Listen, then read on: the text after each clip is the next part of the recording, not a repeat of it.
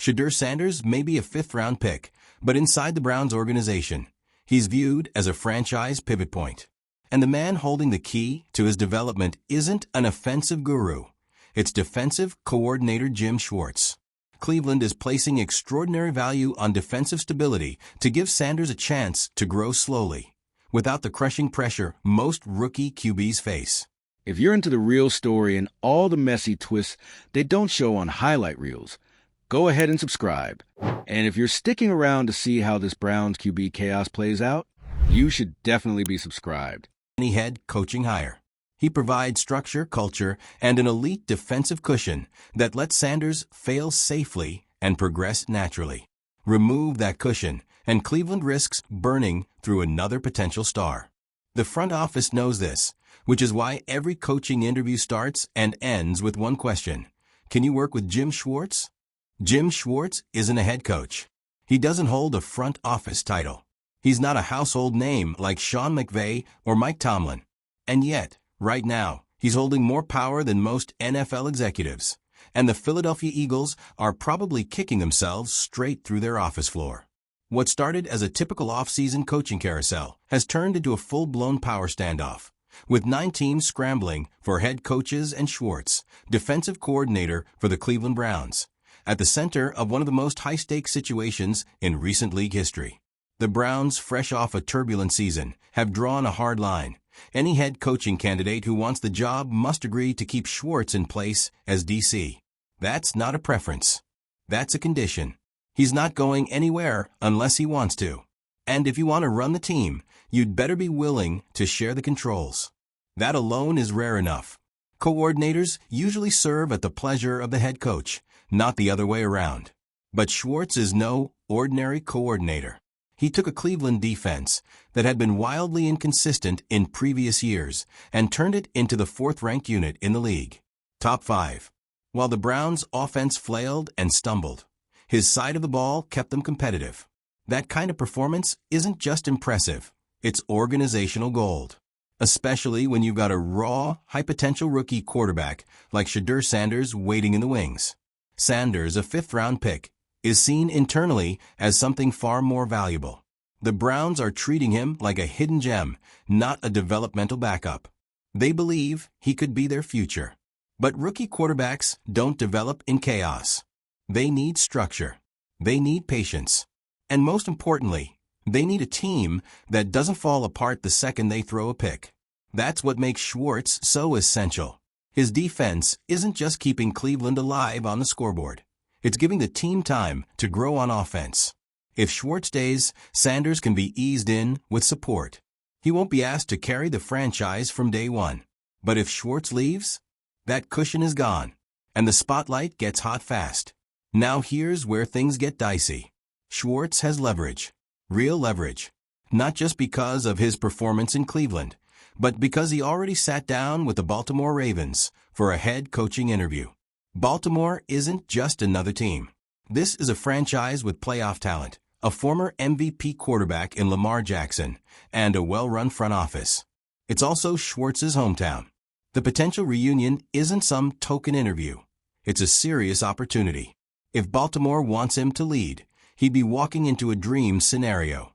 And Cleveland knows it. That's the trap they've walked into. Their future depends on a guy they don't fully control. If Schwartz bolts for Baltimore, it's a double blow. Not only do the Browns lose the architect of their elite defense, but they also lose the main draw for any serious head coaching candidate. Remember, right now the Browns' pitch is tied to keeping Schwartz. Once he's out, that pitch collapses. It also creates a new mess. They'll need to find both a head coach and a defensive coordinator from scratch, with time running out, while other teams close deals. Meanwhile, candidates with offensive backgrounds, who are already in high demand, aren't exactly lining up to share power with a defensive coordinator who clearly has final say. For most modern head coaches, control is non-negotiable. So the Browns are asking someone to step into a delicate balance, lead the team, shape the offense, develop a rookie QB, and navigate around the most powerful non-head coach in football. That's not just hard. That's nearly impossible. Even more awkward? Schwartz gets veto power. If he doesn't vibe with the candidate, it's dead on arrival. That level of authority is almost unheard of for a coordinator. But in this case, it's been earned. And the Browns are treating him like their franchise player, except he doesn't wear a helmet. And then there's the Eagles. Let's not forget how all this started. Schwartz helped deliver their first Super Bowl win in 2018. He orchestrated one of the most memorable defensive performances in modern postseason history. And what did Philly do after that? They let him walk. Post-Schwartz, the Eagles have struggled to recreate that same defensive toughness. There's been a revolving door of personnel, scheme changes, and coordinator drama. And now, they're watching from the outside as the guy they once let go shapes not only the Browns' coaching future, but possibly the AFC playoff landscape. They're not just regretting the loss. They're watching him become one of the most influential figures in the league. And he doesn't even have a headset on Sundays right now. Back in Cleveland, the front office is in a chokehold. Their commitment to Schwartz has created a recruiting filter that disqualifies a large portion of available candidates. It's not just about resume anymore. It's about chemistry, about ego management, about finding someone who can share a throne. And time is running out. There are 9 open head coaching spots. The best candidates are being picked off quickly. Cleveland's holding their breath, waiting on Schwartz to make his call. Stay, and they move forward. Leave, and the entire structure collapses. This also affects Shedeur directly. His development window isn't infinite. He's young, yes. But young quarterbacks either build confidence early, or they break. The Browns know this. That's why the Schwartz situation is about more than X's and O's. It's about creating an environment where Sanders can grow without having to carry a dysfunctional team. Take away Schwartz, and what are you left with? A 5th-round rookie starting for a team with no defense, no identity, and no clear leadership. It's a familiar nightmare for fans who've watched Cleveland burn through quarterbacks and coaches for years. This was supposed to be different. The Browns finally had something that worked. A defense that terrified opponents. A coordinator that commanded respect. A young QB who showed flashes of real potential. And now, all of that hinges on one decision. One man. And if you're Schwartz, this is the most leverage you've ever had. You can stay and continue building a defense in Cleveland, possibly cementing a legacy as the man who helped fix the most cursed franchise in the league. Or you can go to Baltimore, take the top job, and run one of the most stable, well-positioned teams in football. It's prestige versus legacy. Head coach or silent kingmaker. Full control or long-term influence. Neither option is wrong. But the consequences? Those are massive. Because Schwartz isn't just making a career decision. He's deciding the direction of 2 franchises. If he picks Baltimore, the Ravens may instantly become Super Bowl favorites. If he stays in Cleveland, the Browns finally get to hit pause on their decades-long identity crisis and maybe build something real around a young quarterback. And the Eagles? They'll keep watching from the sidelines, stuck in a reminder of what they gave up. No matter what happens, the shockwaves are already in motion. Schwartz has flipped the usual NFL hierarchy on its head. The defensive coordinator is no longer just part of the staff. He's the center of the strategy. And for everyone involved, the Browns, the Ravens, the Eagles, and especially Shedeur Sanders, the next move could define everything. Let us know what you think. Should Schwartz go back to Baltimore and take the top job, or stay in Cleveland and finish what he started? Drop your thoughts in the comments. Hit that like button if you're tracking this off-season drama as closely as we are, and make sure to subscribe. Because whatever Jim Schwartz decides next, it won't just be a coaching move. It'll be the moment that changes the NFL offseason. All right, let's finish this saga, because the story hasn't cooled down. It's only gotten hotter. Jim Schwartz, a coordinator, has paralyzed an NFL franchise. Not by accident. Not because he's demanding it, but because his presence is that powerful, his impact that undeniable. The Cleveland Browns can't move forward until he decides if he's staying or leaving. Every phone call, every interview, every meeting with a potential head coach has a preloaded condition. What's your stance on working with Jim Schwartz? Think about that. The most critical hire in the franchise's future, the person responsible for building around Shedeur Sanders, is being asked to shape their entire job around someone who isn't even the head coach. That's how much power he holds. And if you're Schwartz, this is your career inflection point. You've proven yourself. Twice. First, you helped win a Super Bowl with Philadelphia, coaching a unit that forced the GOAT Tom Brady into a frantic shootout. Then you quietly walked into Cleveland, a franchise that's burned through coordinators, coaches, and quarterbacks like it's their full-time job, and built a top-4 defense in the entire NFL. No excuses. No spotlight. Just production. Now you're standing in a three-way crossroads. Door 1. Stay in Cleveland. Keep the locker room. Keep the trust. Stay the system builder. No head coach title. No massive ego war. But real influence. A chance to nurture a rookie QB from the ground up, help a long-suffering team finally build consistency, and maybe win something meaningful without needing to be the face of the organization. Door 2. Go to Baltimore. Accept the interview, take the job if it's offered, and immediately step into the highest position you've ever held. You'll get control. You'll get recognition. You'll get Lamar Jackson. But you're leaving the program you built and letting Cleveland fall back into the vacuum that swallowed so many before you. Door 3. Wait. Watch the board shake out. You're not in a rush. With 9 vacancies across the league, your value only increases as desperation rises. You can leverage this into a contract, into more say, into almost anything you want. You've got leverage other coordinators can only dream about. And again, the Eagles? They're watching this whole thing unfold in real time with a mix of awe and regret. Let's not mince words. They let Schwartz go after the 2018 season, thinking they could replace him. They couldn't. Their defense has been inconsistent, their identity has fractured, and their coaching hires haven't recreated what Schwartz did. And now, he's not only relevant, he's controlling outcomes from behind the curtain. In Cleveland, the consequences of his decision will echo far beyond his position title. If he stays, head coaching candidates have to be okay with a power-sharing model. That's not common in today's NFL. Most head coaches want autonomy. They want to hire their people. They want full say over culture, staff, and systems. But Cleveland can't offer that. They're saying, come here and run the offense, but the defense? That belongs to Schwartz. That limits their options severely. The few available coaches who might fit that mold are being hunted by other franchises too. Franchises offering full control and clean slates. So unless someone truly believes in Shedeur Sanders' upside or wants to align with Schwartz's proven defensive mind, the Browns' pool gets shallower by the day. If Schwartz leaves, that's even worse. Because now, Cleveland has to backtrack.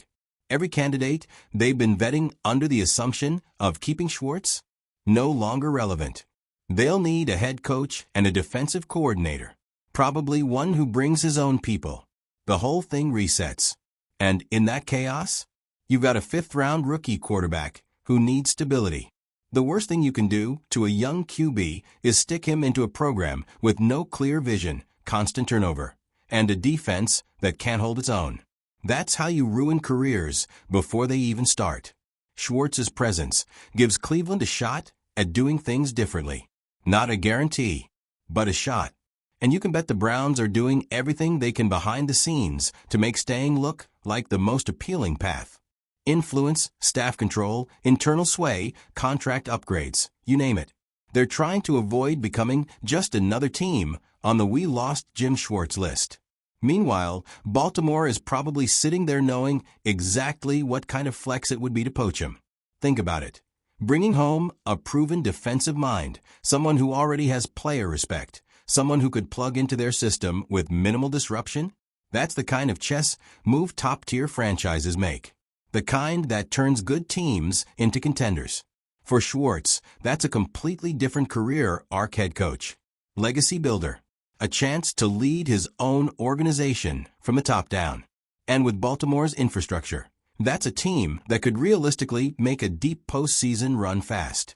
So what do you choose? Stay in Cleveland and hold the cards, even if you're not the guy at the podium? Or take the title and the power in Baltimore and run the show knowing you're stepping away from a roster and a defensive unit that you personally built? No matter what he does, the outcome is massive. In Cleveland, the players love him.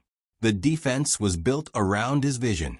You lose him, and you don't just lose play calls. You lose culture, continuity, stability. You lose the one coach players trusted to get it done, regardless of the offensive mess on the other side of the ball. And then there's Shedeur. He might be young, but even he knows what this means. Schwartz's defense is his best chance at breathing room. The longer they can hold opponents, the less pressure there is on him to force plays. Every extra possession he gets, every short field, every low-scoring slugfest, those are the building blocks of development. Take away Schwartz, and that support structure disappears. Now Shedeur has to throw more, press more, score more. Mistakes multiply. Criticism follows. And suddenly, a promising prospect is now just another Browns bust. All because one man left. So yeah, Jim Schwartz might not be a head coach, but he has more power than most of them right now. And that's the beauty of it. While everyone was chasing the next offensive genius, Cleveland backed into a guy who still believes in building from the trenches, demanding accountability, and creating a defense that wins on its own. Now, everyone else wants him too. And Cleveland? They're left holding their breath, hoping that the coach they didn't even hire to be the face of the team chooses to stick around and save them again. Let's keep it real. At this point, Jim Schwartz isn't just a coordinator anymore. He's become a political figure in the NFL. His presence is reshaping the coaching market. His preferences are reshaping front office decisions. And his next move will either stabilize or detonate everything the Cleveland Browns are trying to build. Because here's the problem no one in Cleveland really wants to admit. They put all their chips on him without realizing they don't control the hand. They built this offseason's entire strategy, quarterback development, head coaching search, locker room cohesion, around Schwartz. And now they're trapped in a situation where they can't hire anyone unless Schwartz gives the nod, but also can't force him to stay if someone like Baltimore throws a head coaching offer on the table. It's an organizational checkmate. And what's wild is how unintentional this all seems. Schwartz didn't ask for this much power. He earned it by doing what every NFL coach says they're going to do, and then actually delivering. He walked into Cleveland, turned a scattered defense into one of the most disciplined and dangerous units in the league, and proved, again, that you don't need big names to build a winner. You just need structure, accountability, and a leader who knows exactly what he's doing. That's what Schwartz brought. That's why players bought in. That's why other coaches respect him, even when he's not wearing the HC label. And that's why Cleveland is so terrified of losing him. Let's zoom out for a second. 9 teams are looking for head coaches right now. 9. That's nearly a third of a league in flux. The market is brutal. Everyone wants the same thing, an innovative offensive mind, someone who can groom a young quarterback, command a locker room, and win immediately. But the truth is, those guys don't grow on trees. The supply just isn't there. So when teams think they've found a rare mix of stability and upside, they guard it with everything they've got. That's what Cleveland is trying to do with Schwartz. But here's where it gets sticky.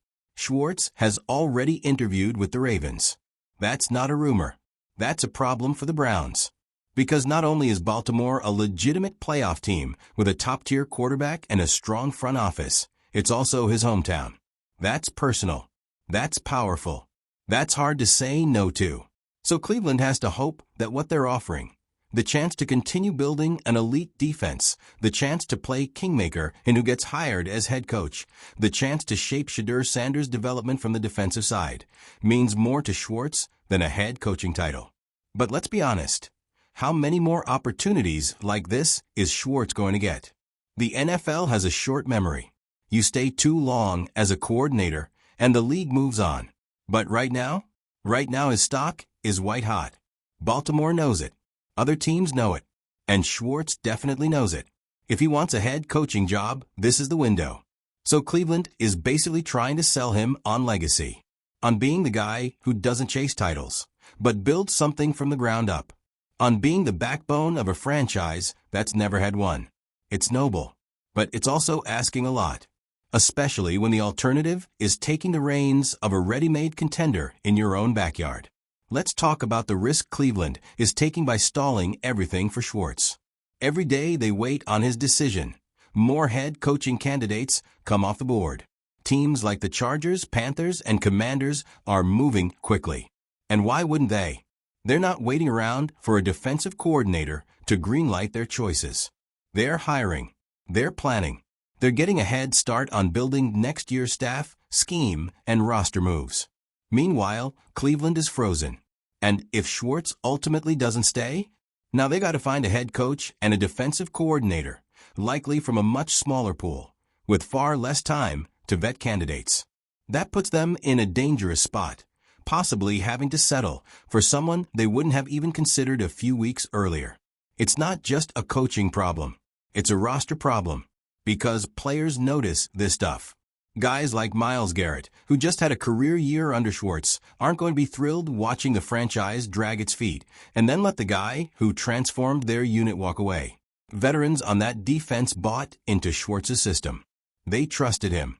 And when a coach earns that level of respect, losing him doesn't just change the scheme. It shifts the energy in the entire building. Then you've got Shedeur Sanders caught in the middle of all this. He didn't ask for any of this drama, but he's the most vulnerable person in the entire equation. The Browns drafted him as a developmental piece, a fifth-round flyer. But internally, they view him as a potential franchise quarterback.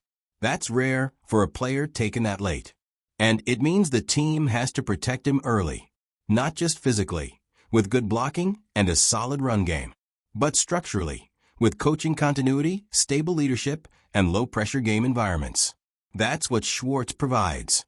A defense that can keep games close, so Sanders isn't forced to throw 35 times a week. A unit that creates turnovers, short fields, and momentum swings. All of that gives a young quarterback space to make mistakes, learn, and grow. You lose that, and suddenly Sanders is playing uphill every week. And then it's only a matter of time before people start questioning whether he's the guy. So yeah, this isn't just about keeping a coordinator.